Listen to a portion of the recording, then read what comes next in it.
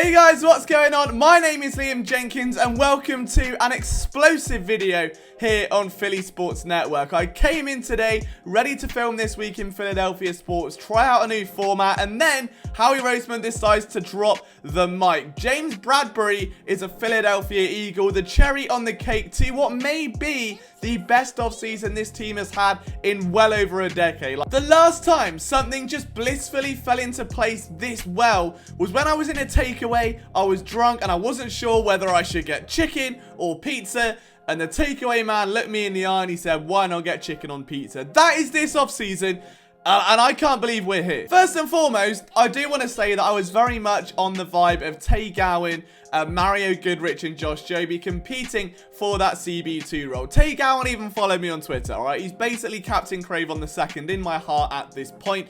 But at the end of the day, when someone like James Bradberry comes along, who is, I know he's an all-pro in 2020, but he essentially had a mirror campaign in 2021 on a horrible bum-filled Giants team, which is even more impressive, I think. And he's going to come in and compete alongside Darius Slay in that CB2 role. Like, you can't ask for a better tandem. It may be one of the best 1-2 tandems in the NFL, you would argue, just based off of what Slay did last year, based off what Bradberry did last year. Like, that equal status among them is phenomenal, and it works in a few different ways. Let's just talk about what Bradberry does statistically. 4 interceptions last year, nearly 50 tackles and 17 passes defense. You can look at PFF grades if you want. You can look at what does he do in press coverage when the wind comes off the left on a slight breeze and the man in seat Z4 is a hot dog. You can do those stats all day. What matters to me, especially with corners, is the eye test, and Bradberry is literally everything Jonathan Gannon could want in a cornerback. The guy is someone that is just an absolute demon at the catch point. And I know Dave Zangaro tweeted this earlier, so I'll credit him now,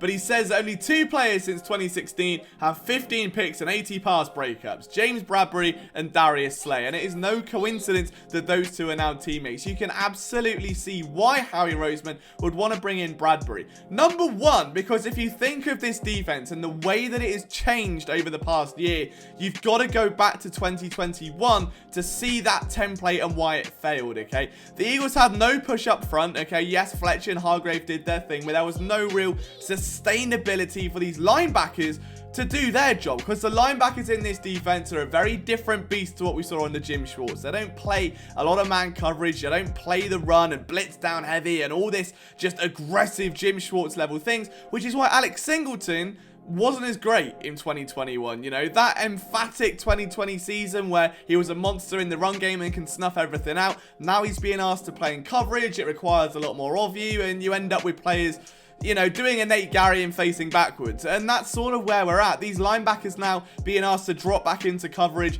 with those corners at the side, the safeties over the top. It's designed to be a defense where there's a lot of creativity. The linebackers can drop back, the defensive linemen can drop back, and to pull off all that creativity in the middle, you need a lot. Number one, you need a monstrous nose tackle. They have got that in Jordan Davis. Someone that can hold the fort while these more elusive guys like Milton Williams, guys like, dare I say, Josh Sweat, can really make their payday. Number two, you need some sort of serenity in the linebacking group, and you have got more than enough now with Hassan Reddick and Nakobe Dean. Reddick, as we know, a versatile pass rusher, one of the most dominant pass rushers in the entire NFL, is now going to be a cornerstone of this defense. Someone that can put his hand in the dirt at the line of scrimmage, someone that can drop back into coverage, someone that could even go vertical. He can do everything, but he's at his best coming off the edge and making life terrifying for quarterbacks. You can't do that if the defensive line doesn't do its job, because if they don't get enough push, it's easy for the running backs. If the linebackers can't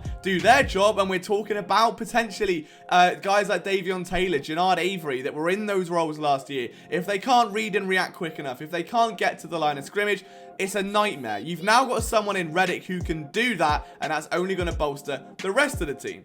Now, cornerbacks are the funnest part of this defense for me. It's no surprise why guys like Xavier Rhodes flourished and had a resurgence under Jonathan Gannon. It's no surprise to me that Darius Slay fit that mold. This defense isn't Jim Schwartz. It is not cornered on an island in a cover 3 where they're trying to shade inside, a safety's going to drop down and just make life absolute hell because the corners are then one-on-one in a route they're not meant to be covering, and it looks like they've lost. Rasul Douglas. Instead, what we see here is a nice, firm, most of the time at least, cover 2 with a lot of run fits, okay? The safeties and the corners are always involved in the run. A lot of what the corners do is in front of them. And I don't mean this in a Jim Schwartz bend but don't break kind of way. Instead of just playing cover 3 and just, you know, shading inside and playing bell technique, what you've got, if you're going to play off the ball, Steven Nelson at one point, you know, last year, all you're looking after is the curl and the flat. You're looking after hitch routes, and you're basically taking an eye off the vertical. If the verts come past you, that's the safety's job. If the ball comes in front, you break on it. And what are guys like that break on the ball? They're dinner cornerbacks. And now you've got James Bradberry and Darius Slay who do nothing but feast on their dinner. So now let's just picture this. You're on offense. You've got 2 nice wide receivers. You've got a tight end. You've got a lovely running back. That's fantastic. You can't just do slants over the middle now like you did last year, because the linebackers are competent and they're able to hold their ground in coverage, and they're quick. They're very, very quick. So now you're going to look outside, and you've got corners that are, you know, off coverage, almost begging you to come at them underneath because they know the corners can go downhill.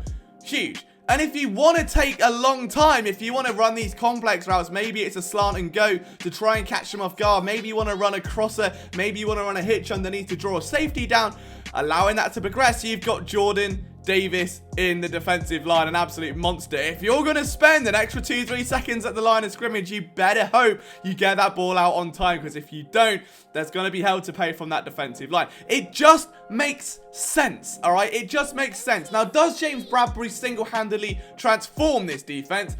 No, I think they could have got by with someone like Tay Gowan. Realistically, they could have got by with a Mario Goodrich, and it would have been fun to see that gradual development.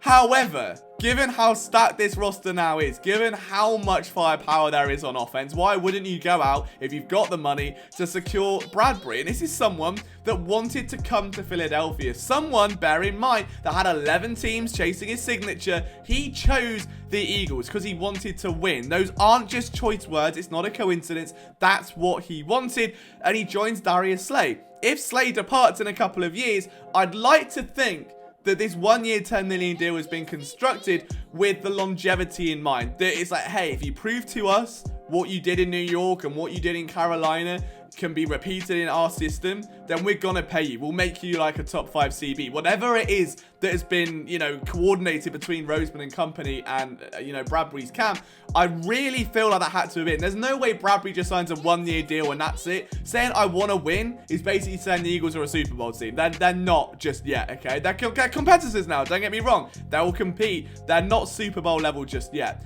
However, Darius Slay retires in a couple years, Bradberry becomes CB1, and then it's Gowan, or it's a drafted CB, or another free agent acquisition, or a trade for a young guy like we've seen Howie do with AJ Brown is your CB2.